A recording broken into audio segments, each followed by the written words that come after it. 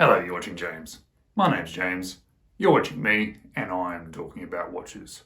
Well, I do want to say a big thanks to my brother Paul for lending me his Omega SeaMaster GMT, which is a watch that I'm going to be showing you today. Now, this Omega is around about 8 to 10 years old, so it's not a brand new watch, but it is still a very popular watch in the used market. And so, because it is a used watch, I'm not going to be doing a full in-depth review, but I think it's certainly worthwhile to actually show you the watch and show you through the features and the wearability and the sizes of it. Before we jump into that, however, if you haven't already clicked on that little subscribe button, I'd really appreciate it if you just go click. Let's jump into the sort of semi-review of this Omega SeaMaster GMT. Let's check it out. So today we're going to be reviewing my brother's Omega SeaMaster GMT, reference number 2535.80.00. Now, this is a 8 or 9 or 10 year old watch, so I'm not going to be doing a full in-depth review. I don't really feel like there's a particular reason to do a full in-depth review of a used watch, especially one that's no longer currently available. However, I think it is quite good to show off an Omega and how good and how bad certain things are. And plus, it is certainly a watch that is still out there on the used market, and a lot of people like myself are interested in these luxury watches. And realistically, when I do go to buy myself a luxury watch sometime in the future, it is likely to be on the used market. So this is the kind of watch that I may be looking at. When my brother did buy this, he bought it for 5,000 Australian dollars. Nowadays, the market has been a little bit interesting because you pretty much have to still buy it used for around about the $4,000 to $5,000, maybe even up to $6,000, depending on the particular example and the age, etc. So I think pretty much, give or take, it's still worth what he paid for it. And now that I have a luxury watch in my hands, what do I feel? What is standing out to me? And I have to say, it is the feel, the quality, the nice sort of edges. It really does feel substantially better than a lot of other watches in my collection. And you sort of expect that when you're paying $5,000 versus sub $500. And one of the best parts of this watch, and one of the reasons why my brother picked this particular watch, is how well it fits on his 6 3/4 inch wrist. Exactly the same as my 6 3/4 inch wrist. So that's a really good thing. I get to wear this watch occasionally and not have to resize it, because I would not want to resize this watch. So what are the dimensions? Well, quickly, let's just talk about it. 41.3 millimeter case diameter, 14.4 millimeters case width, lug to lug of 47 millimeters. But we sort of do have male end links. They do curve down a lot, so it doesn't affect the wear of the watch too much. But if we include that, it is a 52.5 millimeters. And we have a 20 millimeter lug width. And on this bracelet, which you would never take off because it is such a lovely bracelet, sized to my 6 3/4 and my brother's 6 3/4 inch wrist, it is 170 grams. Now let's have a look at the dial, because it's one of the things that really draws people to it. It has this lovely, lovely textured wave pattern, and it is actually quite subtle. You sort of look at it and you see it in pictures sometimes, and you think perhaps that may be quite a significant detail of the watch, but it is a really nice subtle blue. Very, very pleasant. When we look at what's on top of that dial, we have some printing. We have the Omega logo, Omega SeaMaster, GMT in red, professional, coaxial, chronometer. So we have a chronometer certified Omega here. Applied on here, we have the indices.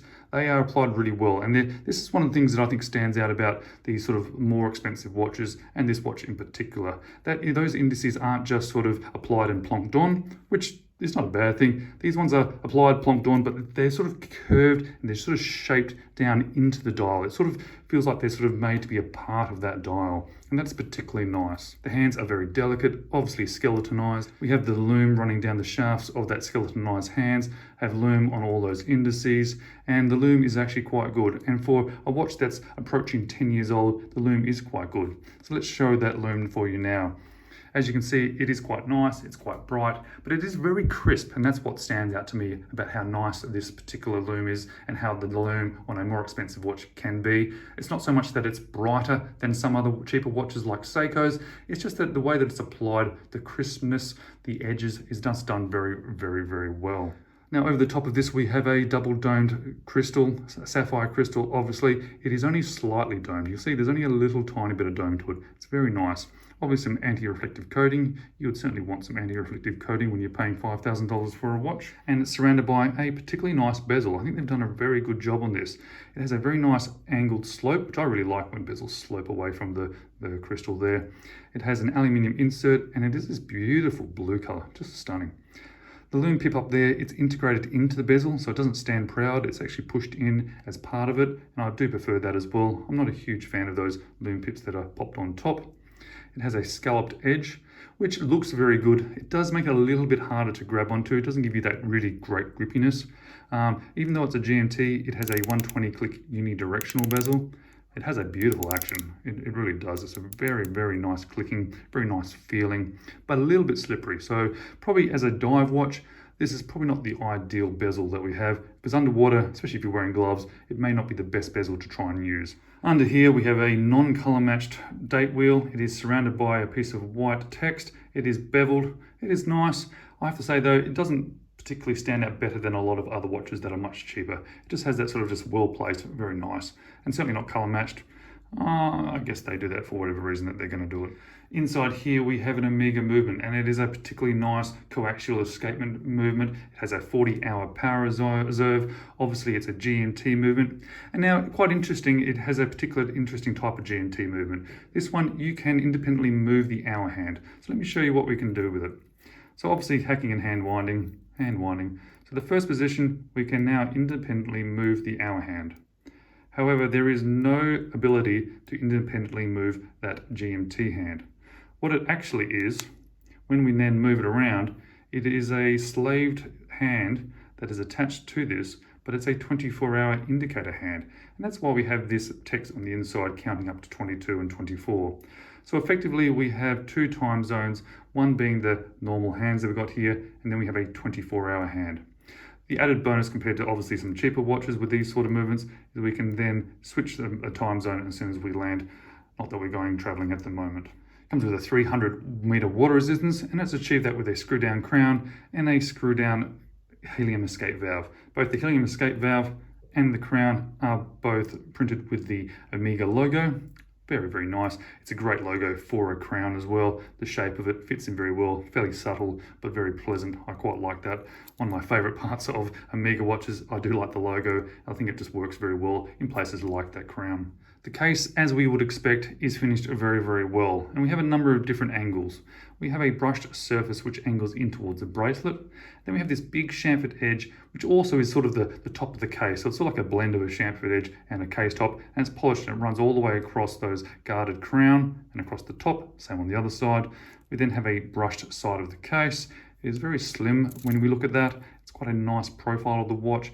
Very slim to look at. Brushing is done very, very well. And I do like how that bezel then slopes down and is integrated into that case top as well with that nice slim line.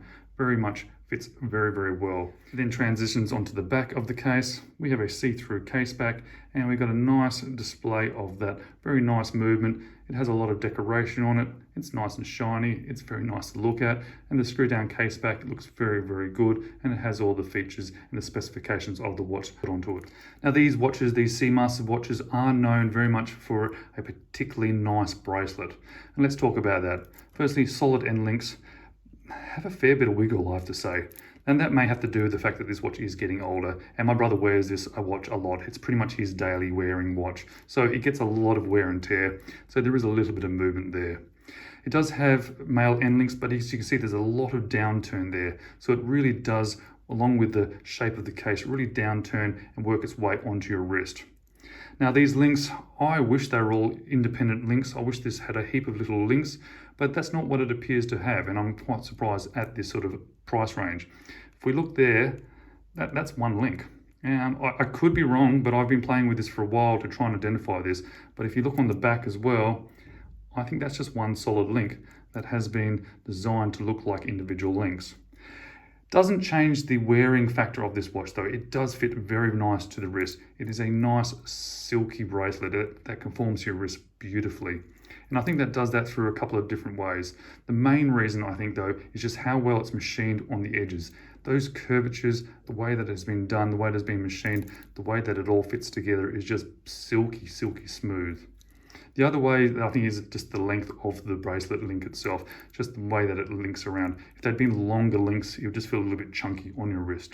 Now this is brushed on the sides. There is a brush surface, a polish surface, brush surface, polish surface, brush surface, polish surface, brush surface, polish surface, brushed surface. So lots of different surfaces there, and it's nice just having that little bit of polish links there. It just sort of lifts the watch a little bit. Now we do have a push pin sort of style. They're not screws. This is a slightly older watch, so I think it's probably slightly older technology.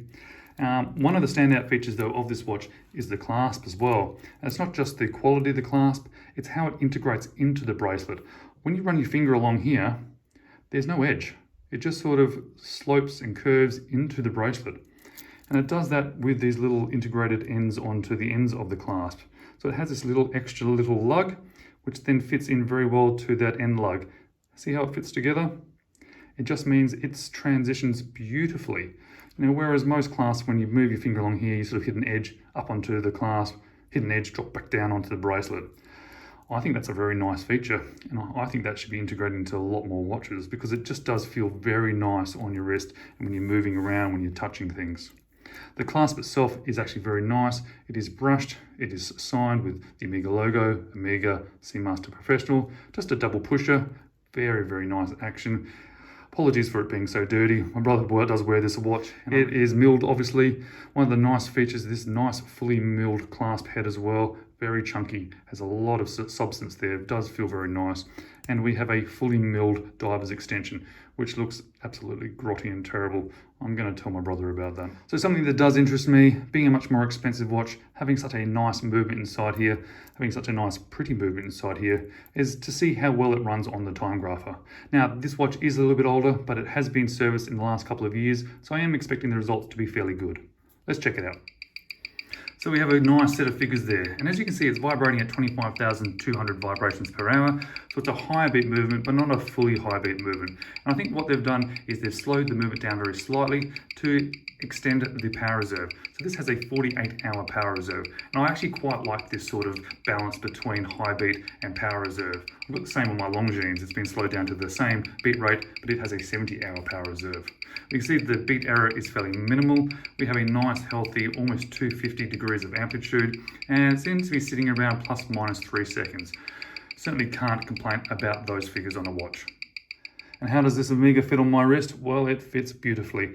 Thankfully, my brother's wrist size is exactly the same size as mine, so it really does reflect how well it fits his wrist as well as mine, even though it does have that longer effective lug-to-lug with those male end links. Because there's so much curving down, it really does fit down to the wrist quite nicely. Beautiful sort of feeling, beautiful comfort on the wrist, this particular bracelet, as known well for this particular watch. It's just a nice watch to wear. You can certainly see that there is plenty of bracelets seen on either side of my wrist, so you can see that it's not just dropping away, it is really then conforming and going around my wrist. Somebody with a much smaller wrist could still get away with this one, absolutely, and certainly somebody with a bigger wrist could as well. So if we move it like that, that's sort of if you have a smaller wrist, if you have a bigger wrist. Lovely, lovely on wrist. Fits very nice as well. There is a little bit of a gap both sides, but certainly not something that you notice when you're wearing it, and certainly doesn't affect the comfort. Very nice, substantial feeling watch. Lovely, really do like it. So what do I like about it? What don't I like about it? And what would I change? Well, I think this is a little bit different to my normal segment where I do this. What do I like about it? I love how well this bracelet fits on wrist. It's lovely. Particularly nice how this clasp integrates and feels on wrist. That movement, absolutely stunning. Wow, I wish I could afford more watches with a movement as good as that. Just does sit nicely and feels nice on wrist. What don't I like about it? I don't like so much how this crown integrates into the case. It is also quite a small crown. It's easy enough to use, it's easy enough to action, but it's not exactly the easiest because it is actually quite little. If you sort of look at it, it's quite little, and it has this, to me, it's slightly weird looking, these crown guards, because they sort of don't just guard, but they guard the front of it. Underneath, however, it is open and accessible, so it is easy enough to grab onto that smaller crown. What would I change? Well, nothing. It's not my watch. I don't think there's anything too worrying about it. I think it's a nice wearing watch. If we change the shape of that crown to make it bigger and more accessible, I think it would change the looks of the watch slightly. I would love to see these to be all individual links. I think that would just feel nicer on wrist. But saying that, it feels so good, I'm not sure how it could feel nicer. So there we go. There's my brother's Omega SeaMaster GMT. What a lovely watch. What a lovely watch to wear. And I'm so glad that he does wear this very regularly, continually, every single day. Because if you're going to have a nice watch like this, you may as well be wearing it. Let's flick back to me now, and I'll give you some of my final thoughts.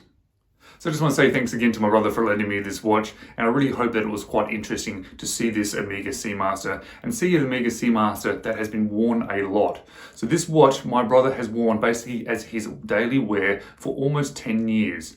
And you can see it has held up really, really, really well. So even if you do get yourself a really nice watch, it doesn't mean that it has to be sitting in a watch box and be sort of behind a glass case. It is nice that you are able to be able to wear these watches daily and that they can really hold up very, very well. All right, that's all for you today. Thank you very much for watching. I hope to see you in the next one.